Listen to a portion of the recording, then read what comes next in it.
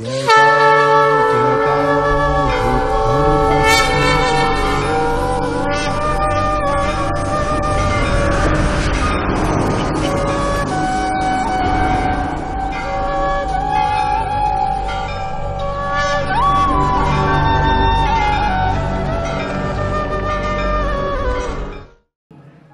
করুন, এইখানে যদি স্বয়ং মহাপ্রভু দাঁড়িয়ে কীর্তন করতেন আপনাদের সামনে,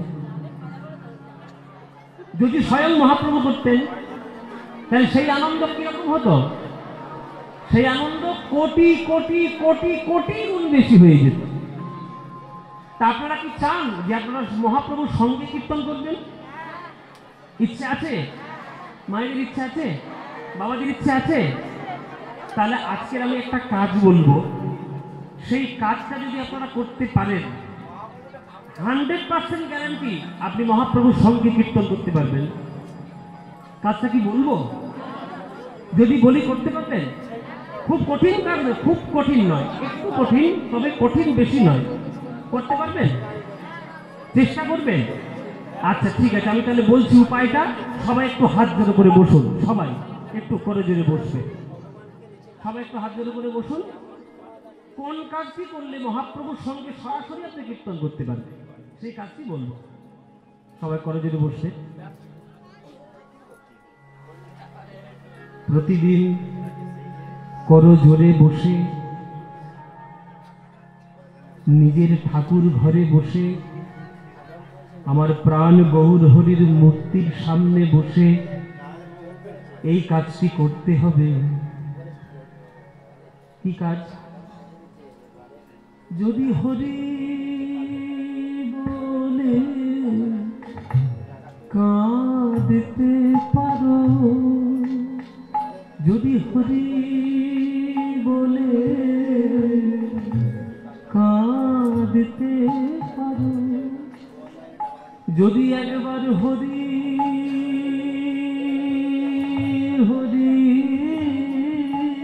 বলে যদি কাঁদতে পারো, যদি হরি বলে কাঁদতে পারো, তোমরা মহাপ্রভুর খেলায় সাথী হবে। যদি হরি বলে একবার কাঁদতে পারো, প্রভুর সাথী হবে। যদি হরি বলে কাঁদতে পারো, তোমাদের জাতের বিচার, তোমাদের জাতের বিচার করবে না গো।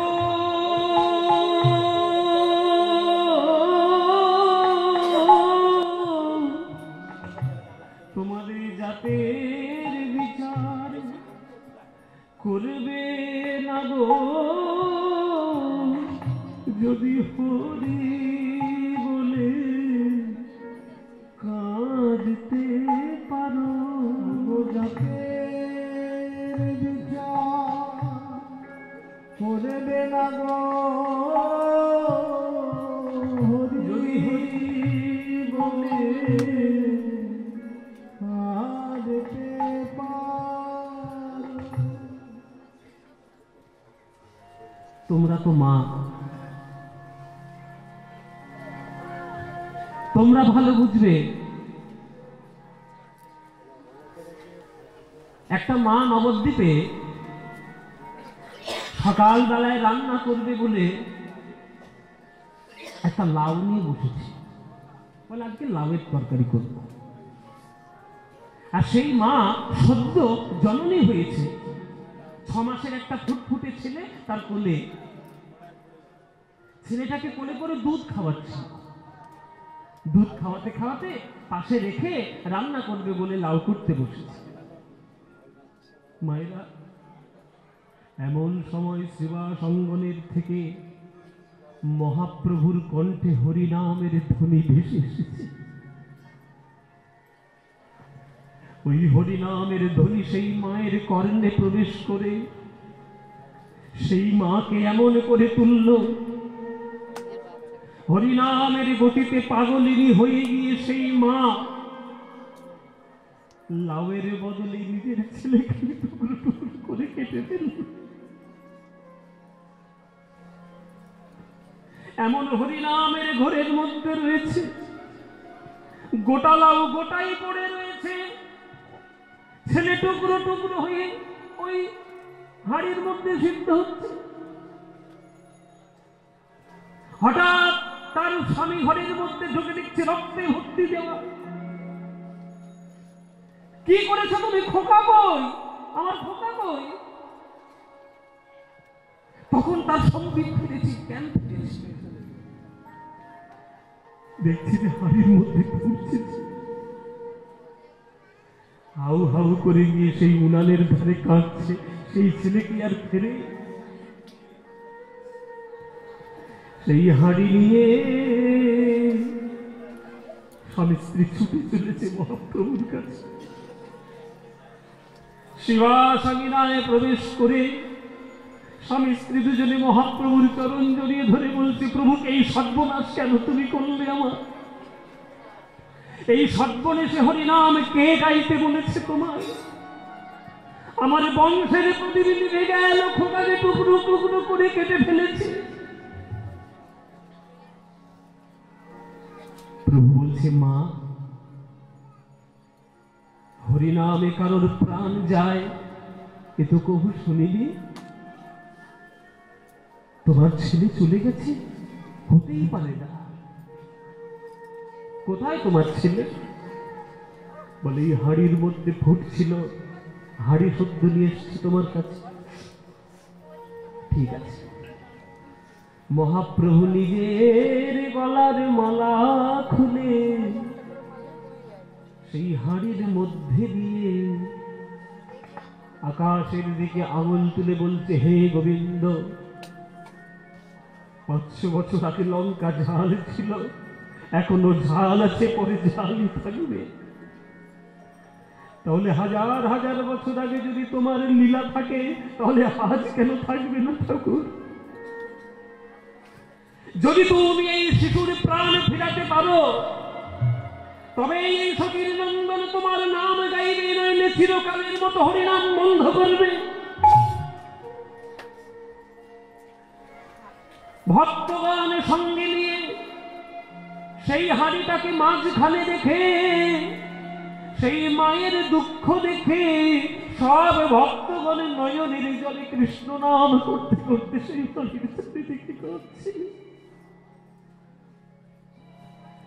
কিছুক্ষণ হরিনাম করার পর সেই হাড়ির থেকে আওয়াজ এলো, মা মা বলে।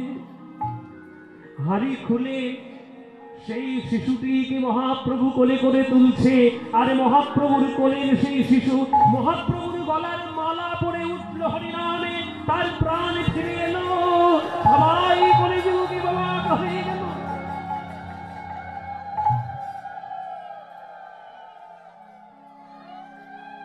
শিশুটিকে কোলে করে তুলে মহাপ্রভু বলছে, ওগো ভক্ত, কৃষ্ণের কৃপায় তুমি আজ প্রাণ ফিরে পেয়েছ, তাই আজ থেকে তোমার নাম হবে কৃপাচার্য। শ্রীবাসের ছেলে মরে গেছিল শ্রীবাসের অঙ্গনে, তাকেও প্রাণ ফিরিয়েছিল মহাপ্রভু হরিনামে। কৃপাচার্যের প্রাণ ফিরিয়েছিল হরিনামে। বনের বাঘ, বনের হিংস্র জন্তুকে নাচিয়েছিল হরিনামে। জঙ্গলের বাঘ যদি হরিনাম বলতে পারে, নদীর কুমির যদি হরিনামের গুণে প্রাণ ফিরে পেয়ে তারাও যদি হরিনাম বলতে পারে, আর আপনি যদি সঠিক ভক্তি নিয়ে রোজ ঠাকুর ঘরে বসে আর হরি হরি বলে যদি নয়নজলি কাঁদতে পারেন, তাহলে আপনি মহাপ্রভুর দলে হবেন না? নিশ্চয়ই হবে। তার জন্য মনকে শুদ্ধ করতে হবে, গুরুচরণ আশ্রয় করতে হবে, সঠিকভাবে বসে ঈশ্বরের চরণে বসে যদি আপনি নয়ন জলে কাঁদতে পারেন, তাহলে আপনিও সরাসরি মহাপ্রভুর সঙ্গে কীর্তন করতে পারবেন। তাই যদি হরি বলে কাঁদতে পারো, একবার হরি বলে কাঁদতে পারো। ওগো মহাপ্রভুর খেলায় সাথী হবে হরি বলে যদি কাঁদতে পারো। মহাপ্রভুর খেলায় সাথী হবে হরি বলে কাঁদতে পারো। তাই আপনারা হরিনাম করুন সঠিকভাবে। হরিনামে প্রেম পাবেন এত সোজা কথা নয়, তার জন্য অনেক খাটনির প্রয়োজন আছে। জেনে রাখবেন, কষ্ট যে করবে কেষ্ট তার মিলবে। আপনি কষ্ট করবেন না, আপনি খাটবেন না, আপনি সাধনা করবেন না, লোকের শুধু নিন্দা করে বেড়াবেন আর যা ইচ্ছা তাই করে বেড়াবেন, আপনি কোনোদিন কেষ্টকে পাবেন না। কষ্ট করবেন না, কেষ্টকেও পাবেন না। সাধনা করুন, নাম করুন, ভজনা করুন, কাজ করুন, সঠিক কর্ম করুন, সাফল্য আপনারও আসবে। তাই হরিনাম করতে গেলে সঠিকভাবে করতে হয়। হরিনাম করতে করতে হঠাৎ মহাপ্রভু পশ্চিম দিকে নয়ন পড়েছে। তাহলে সন্ধ্যাবেলায় যদি পশ্চিম দিকে নজর পড়ে, তাহলে সন্ধ্যাবেলায় পশ্চিম দিকে কি দেখবে? কি দেখবে মায়েরা? সূর্য অস্ত যাচ্ছে, লাল টকটকে সূর্য অস্ত যাচ্ছে। তাই দেখে মহাপ্রভু নিত্যানন্দকে বলছে, ও দাদা নিতাই, ওই দেখো পশ্চিমের আকাশ, দেখো লাল টকটকে সূর্য বিদায় নিচ্ছে, আবার আগামীকাল উঠবে। চলো দাদা, এই সন্ধ্যাবেলায় এই পরিবেশে এসে আমার মায়ের কথা বড্ড মনে পড়ছে। আমার মাকে আমি দেখতে চাই, আমি আমার মাকে দেখতে চাই, আমার মার কাছে ফিরে যাব। সারাদিন অনেক হরিনাম করেছি, আর হরিনাম করব না, এইবার একটু মার কাছে যাব। সব ভক্তগণ সঙ্গে নিয়ে আজ মহাপ্রভু চললেন মাকে দেখতে। দিবা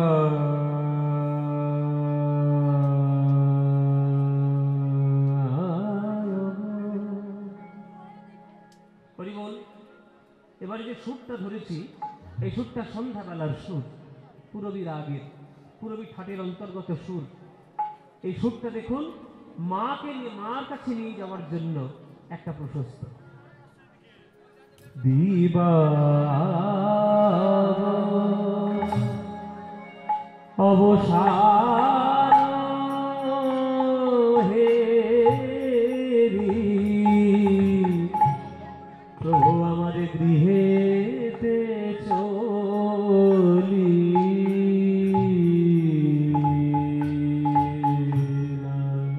দিবা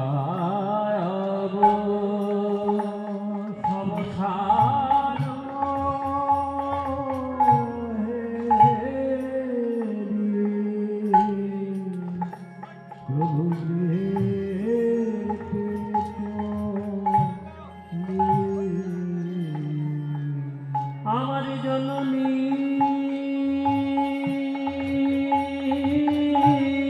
চরণে আসি, জননী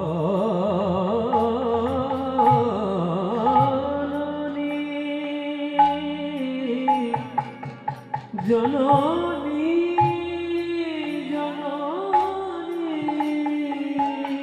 জননী চরণে আসি, প্রভু আমার প্রণাম করিলা, প্রণাম করিলা, প্রণাম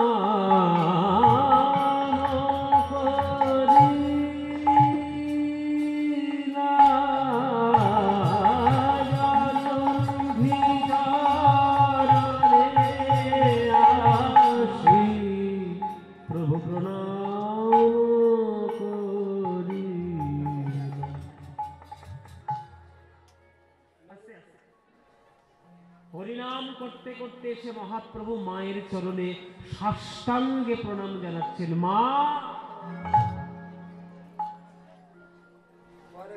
আমরা বাবা মার চরণে প্রণাম করি? এখন তো প্রণাম করা ভুলে যাচ্ছি বাবা, কিছু মনে করবেন না বাবা। যত পাশ্চাত্য শিক্ষায় শিক্ষিত হচ্ছি আর যত ডিজিটালাইজেশনের দিকে যাচ্ছি, তত আমাদের সংস্কৃতি আমরা ভুলে যাচ্ছি। এই দিন রাত ফেসবুক, ইউটিউব, সোশ্যাল মিডিয়া নানান রকম কীর্তি করে আমাদের সংস্কৃতিগুলো আমরা ভুলে যাচ্ছি। এখনকার দিনের ছেলেমেয়েরা তো বাবা মার চরণে প্রণামই করতে চায় না, আর যদিও বা করে সেটা ঠুকো প্রণাম। ঠুকো প্রণাম জানেন তো? হ্যাঁ, ঠুকো প্রণাম জানিস রে? মরণ হয় না তো, তুই মরে যা। ঠুকো প্রণাম দেখেনি গো মায়েরা, ও মায়ের ঠুকো প্রণাম জানো তো? এই যে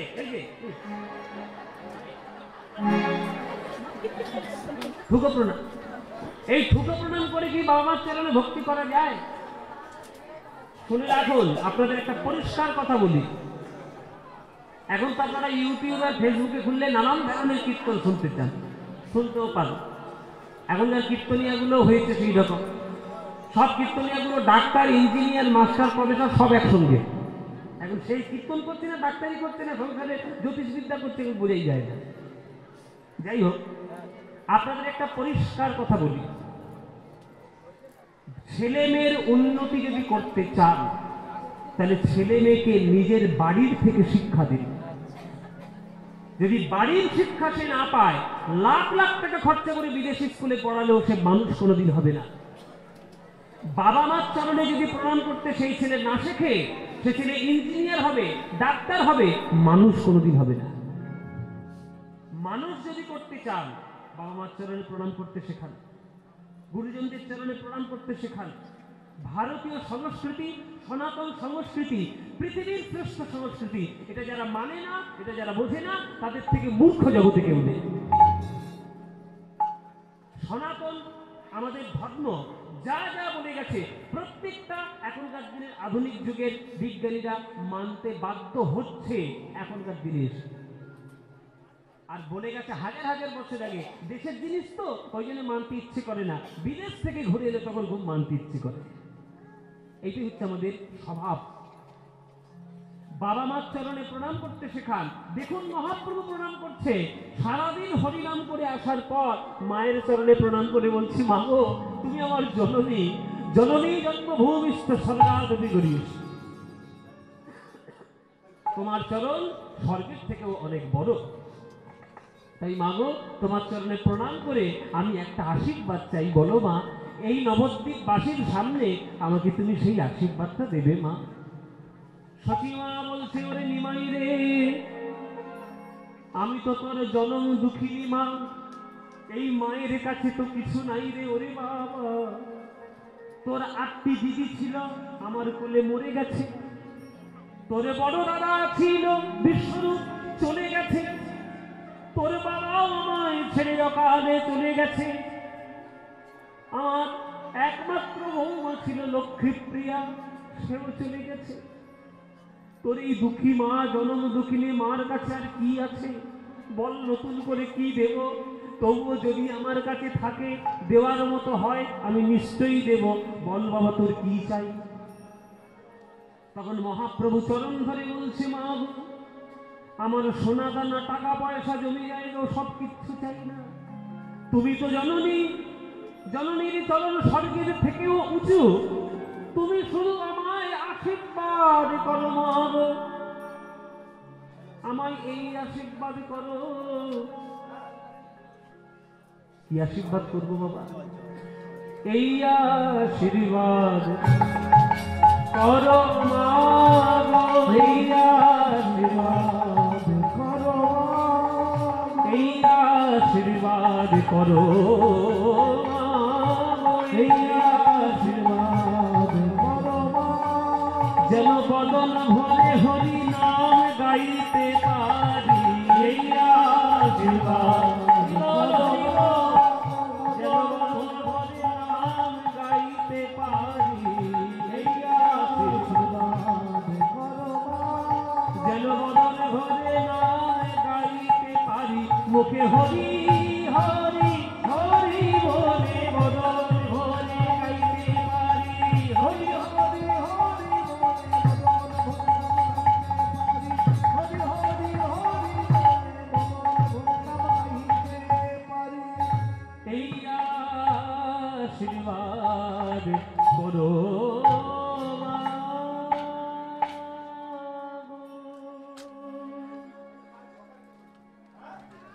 সচিবা বলছে, নিমাই আমি কি তোকে হরিনাম করতে কোনোদিন বাধা দিয়েছি বাবা?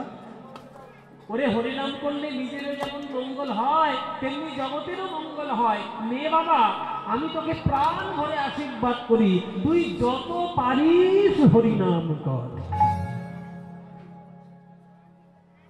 এখানে যারা গান শুনতে এসেছেন আপনারা বাবারাও রয়েছেন, মায়েরাও রয়েছেন, আমাদের সবার ঘরে ছেলে পুলে আছে। যারা গান শুনতে বসেছেন সবাই আপনারা চান যে আপনাদের ছেলে যেন ডাক্তার হয়, মাস্টার হয়, ইঞ্জিনিয়ার হয়, ব্যবসাদার হয়, বহু টাকার মালিক হয়, যেন উন্নতি করে। কটা বাবা মা চান বলুন তো যে হে ঠাকুর আমার ছেলেকে কিচ্ছু হতে হবে না, আমার ছেলে যেন তোমার চরণের একান্ত একনিষ্ঠ ভক্ত হতে পারে? কেউ চাই? কেউ চাই? কেউ চাই না। সবাই আমরা নিজেদের গোছাতে চেষ্টা করছি যে আমার ছেলে বড় হবে, উন্নতি করবে, বড় একটা বাড়ি করবে, আর আমি ভালো করে বুড়ো বয়সে খেতে পাবো। তাহলে চিন্তা যদি আপনার উদর পরিপূর্ণ করার জন্য হয় তাহলে আপনি স্বার্থপর। আর আপনি যদি আপনার সন্তানটিকে ভক্ত করে তুলতে পারেন তাহলেই আপনি মানুষের মতো মানুষ হলেন। কেননা আপনার সন্তান যদি জগতের কাজ করতে পারে তাহলে সেই জগতের কাজে সেই সন্তানের জন্মের সার্থকতা হবে। বিবেকানন্দ কি বলেছে? বহুরূপে সম্মুখে তোমার ছাড়ি কোথা খুঁজিছ ঈশ্বর। তারপরে জীবে প্রেম করে যেই জন সেই জন সেবিতে ঈশ্বর। তাহলে আপনি জীবে প্রেম করবেন না, আপনি নিজে নিজের প্রেম করবেন, হয় আপনার দ্বারা জগতের কাজ হবে? হবে না। তাই মহাপ্রভু মায়ের চরণে হরিনাম করার আশীর্বাদ দিলেন, আর মাও আশীর্বাদ দিলেন। তবে হ্যাঁ, মা যখন আশীর্বাদটি দিলেন, আশীর্বাদ দেওয়ার সময় মা আমার চোখ দুটো বন্ধ করলেন। আর বন্ধ যেই করেছেন চোখ থেকে দুফোঁটা জল মায়ের গাল বেয়ে সরে গেছে। কেননা এতক্ষণ মহাপ্রভুকে দেখে চোখটা জলে ভরা ছিল। জলে ভরা চোখটা যখন জলটা সরে গেল তখন পরিষ্কার দেখছে, মহাপ্রভুকে পরিষ্কার দেখতে পাচ্ছে। যেই পরিষ্কার দেখতে পাচ্ছে অমনি সচিমা অভিমান ভরে সচিমা তা বলে উঠল, নিমাই রে, আমি তোকে দিয়েছিলাম আশীর্বাদ যত পারিস হরিনাম কর, কিন্তু এখন তোর রূপ দেখে আমার মনে হয় আমি ভুল আশীর্বাদ করেছি। আমি আর যেতে দেব না, আর যেতে দেব, আমি আর যেতে দেব না, আর যেতে দেব না, সংকীর্তনে বিশ্বম্ভরের আর যেতে দেব না, সংকীর্তনে বিশ্বম্ভরের আর যেতে দেব না, সংকীর্তনে বিশ্বম্ভরের আর যেতে দেব না, সংকীর্তনে বিশ্বম্ভরের আর যেতে দেব না। ওমা, তুমি কি বলছো? তুমি তো এক্ষুনি বললে যত পারিস হরিনাম কর, আবার বলছো যেতে দেবে না, এক মুখে দুই কথা। তখন সচিমা বলছে, ওরে নিমাই রে, আমি যখন তোকে আশীর্বাদ দিয়েছিলাম তোর রূপটা পরিষ্কার দেখতে পাইনি। যদি জানতাম হরিনামের এই ফল তাহলে প্রভাতকালে তো কোনোদিন তোকে হরিনাম করতে পাঠাতাম না। বল শিবাস, বল অদ্বৈত, বল গদাধর, বল হরিদাস, তোরা তো আমার নিমাইয়ের কাছে কাছে ছিলিস।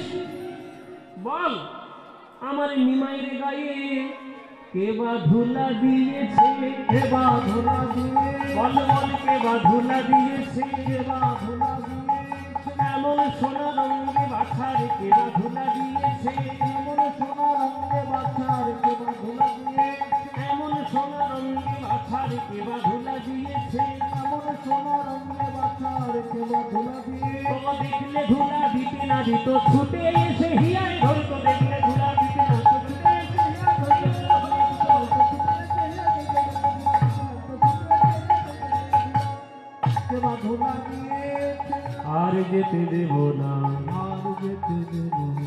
ঘরে বসে খেলা করবে আর যেতে দেব না, ঘরে বসে খেলা করবে আর যেতে দেব না, ঘরে বসে হরি নাম করবে বাইরে যেতে দেব না।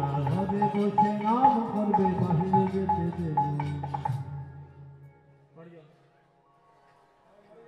চুপচাপ ঘরে যাও, ঘরে যাও।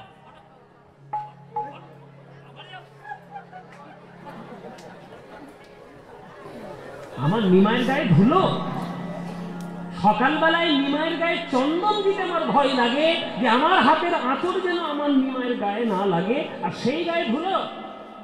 কিরে শিবাস, তোরা কোথায় ছিলিস? আমার নিমাই যখন কীর্তন করছিল তোরা কোথায় ছিলিস?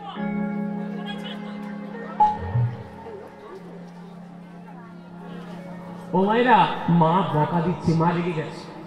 স্বাভাবিক কথা, ছেলের গায়ে যদি ধুলো লাগে তা মা রেগে যাবে না? মায়ের কথা হলো যে সকালবেলায় সাজিয়ে দিয়েছি আমার ছেলেটাকে, আমার ছেলের গায়ে ধুলো এলো কি করে? মা রাগ করছে, হরিনাম করবে আর গায়ে তুমি ধুলো লাগাবে, এটা হলো কি করে? আমার ছেলের গায়ে ধুলো দিল কে, আগে বন্ধ। মায়ের কথা। তখন আস্তে আস্তে করে গদাধর এসে মার কাছে বলছি, মা গো, তুমি কিছু মনে করো না মা, আমাদেরকে তুমি দোষ দিও না। তুমি আমাদের উপর রাগ দেখাচ্ছ তো যে তোমার নিমাইয়ের গায়ে ধুলো দিয়েছে, আমাদের উপর রাগ দেখাচ্ছ কেন? রাগ যদি দেখাতে হয় তোমার ছেলের উপরে দেখাও, তোমার এই ছেলেটাই বড্ড দুষ্ট। তোমার নিমাইয়ের গায়ে ধুলো লেগেছে কেন, তোমার নিমাইকেই জিজ্ঞেস করো। মানে কেন, অন্যায়টা কি আমার নিমাই করেছে নাকি? বলে নিশ্চয়ই, তোমার নিমাই ছাড়া আবার অন্যায় কে করবে? কেন, আমার নিমাই কি করেছে?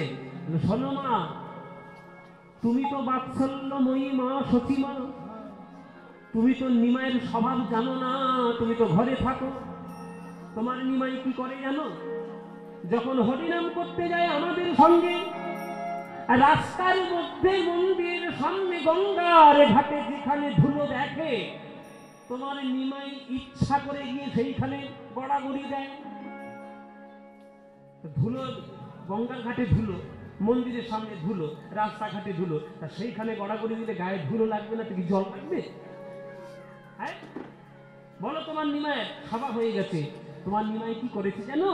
তোমার নিমাই, আমাদের মনে হয় তোমার নিমাইয়ের ধুলো মাখার স্বাদ পেয়েছে, স্বাদ পেয়েছে, স্বাদ পেয়েছে, স্বাদ পেয়েছে, ভক্ত পদ ধুলো মাখার স্বাদ পেয়েছে, ভক্ত পদ ধুলো মাখার স্বাদ পেয়েছে, ভক্ত পদ ধুলো মাখার স্বাদ পেয়েছে, ভক্ত পদ ধুলো মাখার স্বাদ পেয়েছে।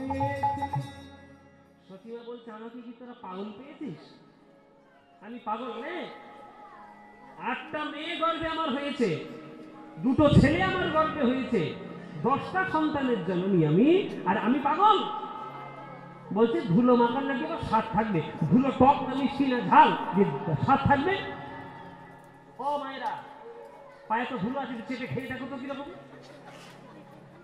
পায়ে ধুলো আছে তো, এটা চেটে খেয়ে দেখো কিরকম ধুলো, টক খেতে না মিষ্টি না ঝাল, ধুলো কোনো স্বাদ থাকে বাবা? হ্যাঁ, সচিমা বলছে ধুলো আবার কি স্বাদ? হরি বল বাবা। এখানে স্বাদ শব্দের অর্থ দন্তে শয়বয় আকার দ, স্বাদ নয়, টেস্ট নয়। এখানে স্বাদ শব্দের অর্থ হচ্ছে দন্তে শয়াকার ধ, স্বাদ। স্বাদ মানে কি? ইচ্ছা বা বাসনা বা কামনা, ইচ্ছা, ওটাকেই স্বাদ বলে। তাহলে ভগবানেরও আজকে ধুলো মাখার স্বাদ হয়েছে, মহাপ্রভুর ভক্তদের চরণ ধুলো মাখার স্বাদ হয়েছে। কেন স্বাদ হলো কেন? আপনারা তো শুনেছি এখন তত্ত্ব কীর্তন শুনতে খুব ভালোবাসে, তত্ত্ব কীর্তন হলে খুব ভালো লাগে, কিন্তু তত্ত্ব কীর্তন কোনটা সেটা তো জানতে হবে। ওই আলতু ফালতু কিছু কথা দিয়ে 3 ঘন্টা 4 ঘন্টা বক বক করে যাচ্ছি, কোনো তত্ত্ব কথা নাকি? কিচ্ছু নয়, শুধু ভাঁওতাবাজি। তত্ত্ব কথা যদি শুনতে হয় আর যদি জানতে হয়, গীতার পাতাটা খুলুন, ভাগবতের পাতাটা খুলুন, তবেই তত্ত্ব পাবেন। আদারওয়াইজ যা শুনছেন সব তত্ত্ব নয়, একেবারে আমসত্ত্বের কথা, কিচ্ছু নয়। শুনে রাখুন, ভগবানের কেন চরণ ধুলো মাখার স্বাদ হলো জেনে রাখুন। শ্রীমদ্ ভাগবতের পাতা উল্টান। শ্রীমদ্ ভাগবতে আমাদের জীব গোস্বামী আর আমাদের কেদারনাথ বাবু কেদারনাথ রায় টিকা করেছে, ব্যাখ্যা করেছে। এখানে যারা গান শুনছেন ভালো করে শুনুন। গোলক বৈকুণ্ঠ ধামে একদিন ভগবানের মনে মনে বাসনা হলো যে আমি তো ভগবান, সবাই আমার চরণে প্রণাম করে আর আমি তাদের আশীর্বাদ করি, কিন্তু আমি তো ভগবান হয়ে কারোর চরণে প্রণাম করতে পারি না। আমি ভগবান, সবাই বলে আমি সর্বজ্ঞ, তাহলে ভক্তি করে যদি আমি না জানলাম তাহলে সর্বজ্ঞ হলাম কি করে? আমি অজ্ঞ হয়ে গেলাম। তাহলে আমি সব জেনেছি, আমি ভক্তি করা জানি না, তাই ভক্তি করাটা আমাকে শিখতে হবে। কিন্তু শেখাবে কে? কে বলবে কি করে ভক্তি পাবো? শাস্ত্র বলতে পারবে। আজকে আমার গান শোনার জন্য আপনারা ছুটে এসছেন। ভগবানের বাড়িতে সকল শাস্ত্রদেরকে নিমন্ত্রণ দিয়েছে, সবাই এসছে। 4 বেদ এসছে, 18 পুরাণ এসছে, বেদান্ত বৈশেষিক সব এসছে, হয় দর্শন সব এসছে। এসে সবাই হাত জোড়ো করে বসে আছে। ভগবান এখন কি প্রশ্ন করবে? সবার কাছে ভগবান প্রশ্ন রাখলেন, এই যে শাস্ত্রগণ, 24 শাস্ত্র রয়েছ, 18 পুরাণ রয়েছ, 4 বেদ রয়েছ, হ্যাঁ, সবাই তোমরা আমার প্রশ্নের উত্তর দাও যে আমি ভগবান, আমি সব জানি, আমি ভক্তি করা জানি না। আমি কি করে ভক্তি পাবো তোমরা আমায় বলে দাও। কে বলতে পারো? বলো দেখি কেউ। হ্যাঁ, সব ভক্ত চুপচাপ বসে আছে, কারোর ক্ষমতা নেই হাত তুলে বলার যে আমি বলতে পারবো। দূরে দেখলো ওই সেই কোণের দিকে, ওই কোণে, ওই দেখো, ওই আমি হাত তুলেছি, ওই কোণের দিকে একজন হাত তুলেছে। তখন ভগবান বলছে, তুমি কে? ওরকম কোণে বসে আছো, হাত তুলেছ, উঠে দাঁড়াও, তোমার নাম কি? যখন উঠে দাঁড়িয়েছে তখন তার বুকের মধ্যে লেখা তার নাম শ্রীমদ্ ভাগবত। ভাগবত উঠে দাঁড়িয়ে বলছে, প্রভু আপনার প্রশ্নের উত্তর আমার কাছে আছে। হ্যাঁ বলো ভাগবত, আমি কি করে ভক্তি পাবো? ভাগবত করে যেতে বলছেন, আমি কথা বললে অন্য কেউ আবার মারতে আসবে না তো? কেননা এখনকার দিনে আবার গণতন্ত্রের যুগ, যে যাকে ইচ্ছে পিটিয়ে দিচ্ছে।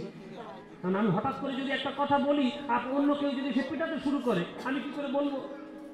তখন ভগবান বলছে, তোমার কোনো চিন্তা নেই, আমি আছি, আমি সবাইকে বারণ করে দিলাম, ভাগবতের যা খুশি তাই বলবে, কোনো চিন্তা নেই। তখন ভাগবত বলতে, শুনুন প্রভু, তোমরাও ভালো করে শোনো। হে ভগবান, আপনি ভক্তি পাবেন কি করে? শুনুন,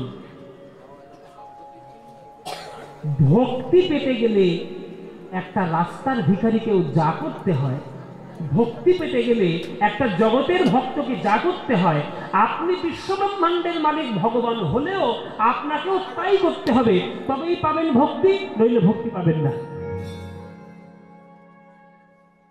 তার মানে আমায় কি করতে হবে? শুনুন, শ্লোক বলছে, ভাগবতের শ্লোক বলছে, নৈষাংবতিস্তমদুর্গমাঙ্গি শ্রী চৈতন্য পদম জগর্থ মহিষাং পাদরজহোভিষেকং নিষ্কিঞ্চনানা বৃদ্ধিজাগত। হে ভগবান গোবিন্দ চন্দ্র, আপনি যদি ভক্তের ভক্তি পেতে চান তাহলে ভক্তের চরণ ধুলাতে আপনাকে গড়াগড়ি দিতে হবে। ভক্ত পদধূলি, ভক্ত পদজল, ভক্ত ভুক্ত শেষ, এই 3 মহাবল। বৈষ্ণবের পদধূলি তাহে মোর স্নান করি, বৈষ্ণবের নামেতে উল্লাস তর্পণ মোর বৈষ্ণবের নাম, বিচার করয়ে মনে ভক্তি রস আস্বাদনে, মধ্যস্থ শ্রী ভাগবত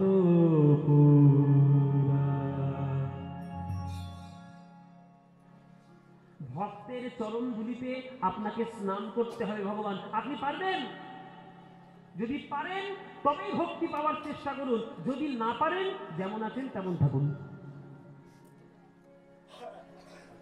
তখন ভগবান বলছে, তাহলে আমি কার চরণ ধরবো? কেননা আমি যার চরণে প্রণাম করবো সে নরকে যাবে। তাহলে কার চরণ ধরলে সে নরকেও যাবে না, আবার সে ভক্ত শ্রেষ্ঠ হবে। সে কে? বিশ্ব ব্রহ্মাণ্ড খুঁজে খুঁজে লক্ষ লক্ষ কোটি কোটি সকল ভক্তদের মধ্যে এক ভক্তকে পাওয়া গেছে, যার চরণ ধরলে সে নরকেও যাবে না, তার নরক যাওয়ার ভয় নেই। আবার তার মতো ভক্ত বিশ্ব ব্রহ্মাণ্ডে কেউ নেই। সে ভক্ত কে মায়েরা জানো? সে ভক্ত হলো শ্রীমতী রাধা রানী। শ্রীমতী রাধা, রাধারানীর মতো ভক্ত কেউ নাই। আর রাধারানী যেহেতু গোবিন্দ বাম অংশ থেকে জন্ম নিয়েছে, ওই জন্য তার চরণটা ধরলে তার নরকে যাওয়ার ভয়টাও নাই। ওই জন্য রাধারানীর চরণ ধরলেন আর মান লীলা করলেন। মান লীলা, মান লীলা শুনেছেন তো? রাধারানী সারা রাত কুঞ্জে সাজিয়ে বসে আছে, রাত্রির বেলা কৃষ্ণগাড়ি চন্দ্রাবলীর কুঞ্জে, শুনেছি পালা, শুনেছেন তো? বলছে রাত্রির বেলা নাকি ভুল করে কৃষ্ণ চন্দ্রাবলীর কুঞ্জে ঢুকে পড়েছে। এটা কেউ মানবে? যার রোগ খুব, যার রোমকূপ থেকে কোটি কোটি ব্রহ্মাণ্ড জন্ম হচ্ছে, সে নাকি ভুল করে চন্দ্রাবলীর কুঞ্জে ঢুকেছে। এটা মানবে কেউ? যারা দর্শনিক শ্রোতা, যারা দর্শন যারা বোঝে, তারা কেউ মানবে? মানবে না। তাহলে চন্দ্রাবলীর কুঞ্জে ঢুকেছে কেন? ইচ্ছে করে ঢুকেছে। কৃষ্ণ ইচ্ছা করেই ঢুকেছে, কেননা ইচ্ছা করে না ঢুকলে সারা রাত চন্দ্রাবলীর কুঞ্জে কাটাতে পারবে না। আর চন্দ্রাবলীর কুঞ্জে না রাত না কাটালে রাধারানীর রাগও হবে না। আর রাধারানীর রাগ না হলে রাধারানীর চরণও ধরতে পারবে না।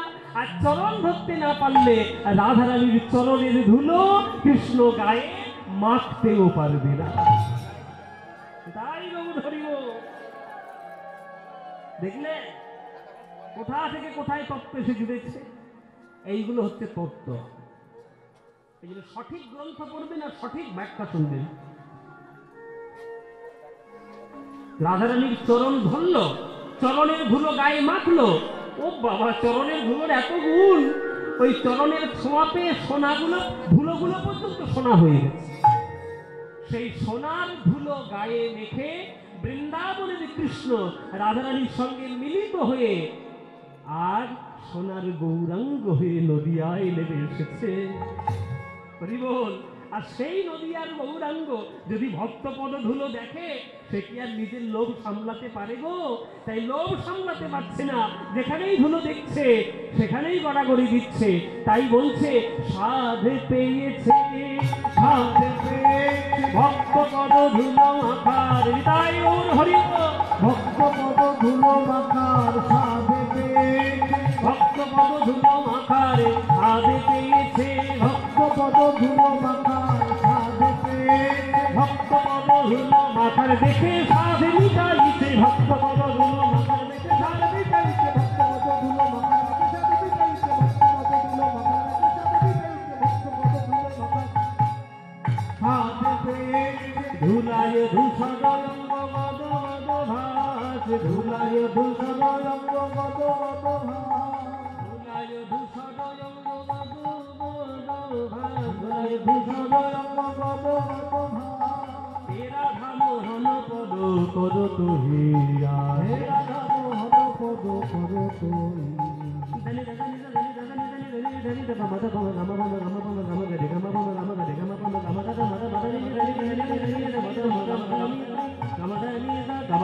হে রাধা মোহন পদ কর তুই। দেখুন হচ্ছে ডাক্তারের একবারে ছোট লোক, সেখানে পুরো বিরাগের স্থান দেখুন 1 2 3 4 1 2 এটা স্থান। সানি দানি দা মদ গামা গামা দানি দা সানি দানি দা গানি গামা দানি দানি দা দানি গামা দানি দানি দা গামা দানি দানি দা গামা গামা দানি দানি দানি দা। হে রাধা মোহন পদ কর তুই।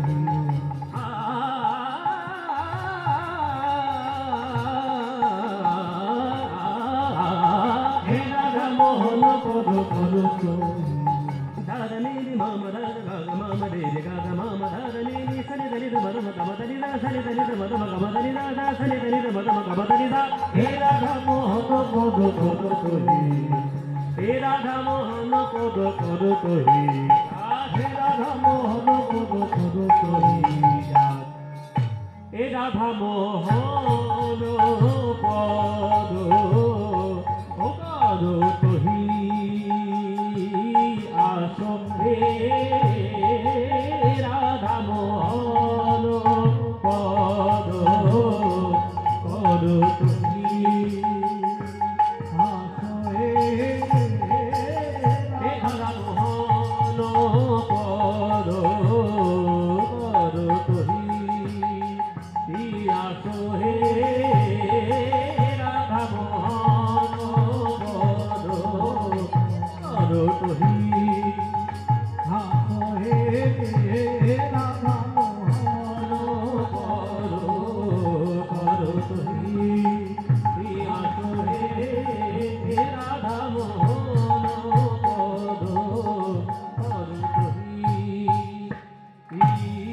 আসো হে এ এ রাধামো।